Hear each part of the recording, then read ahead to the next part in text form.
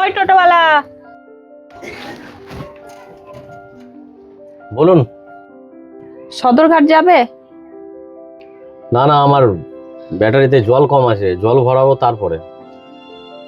চলো, মোড়ের মাথায় ভরিয়ে দেবো। ঠিক আছে। ঠিক আছে, ভাড়া কত? ভাড়া 600 টাকা লাগবে। 600 টাকা? 600 টাকায় তো 4 চাকা গাড়ি চলে যাবে। হ্যাঁ, তাহলে চলে যান 4 চাকা গাড়ি করে, যেতে হবে না।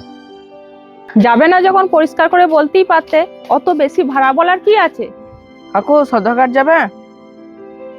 হ্যাঁ চলো। কত ভাড়া লাগবে? 200 টাকা দিবি। এই দাঁড়াও দাঁড়াও দাঁড়াও, কি হলো? তুমি আমার বেলায় 600 টাকা বলছো আর ওকে 200 টাকায় নিয়ে যাচ্ছ। তোমার কি রকম ব্যাপার হচ্ছে? তুমি এক জায়গায় দুদাম করছো। এটাও তো ঠিক কথা। আপনি ওনার কাছ থেকে 600 টাকা নিচ্ছেন, আমার কাছে 200 টাকা নিচ্ছেন কেন কাকু? হ্যাঁ, সেটাই আমি জানতে চাইছি। আপনি এসে কি বললেন আমাকে মনে করে দেখুন। আর বললাম, আমি তো এসে বললাম সদরঘাট ভাড়া যাবে।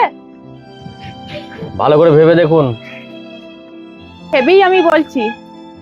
আপনি এসে আমাকে বললেন যে ওই টোটোওয়ালা, আর ওই ছেলেটা এসে কি বললো আমাকে যে কাকু আপনি সদরঘাট ভাড়া যাবেন।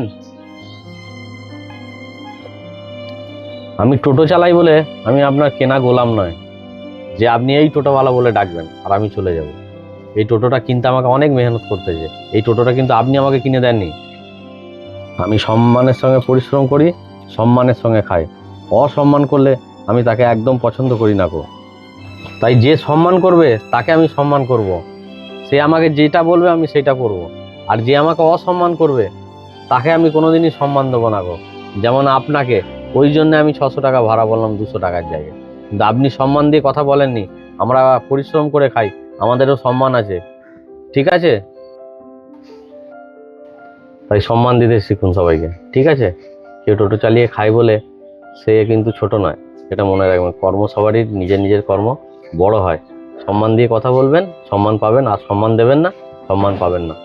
চলো।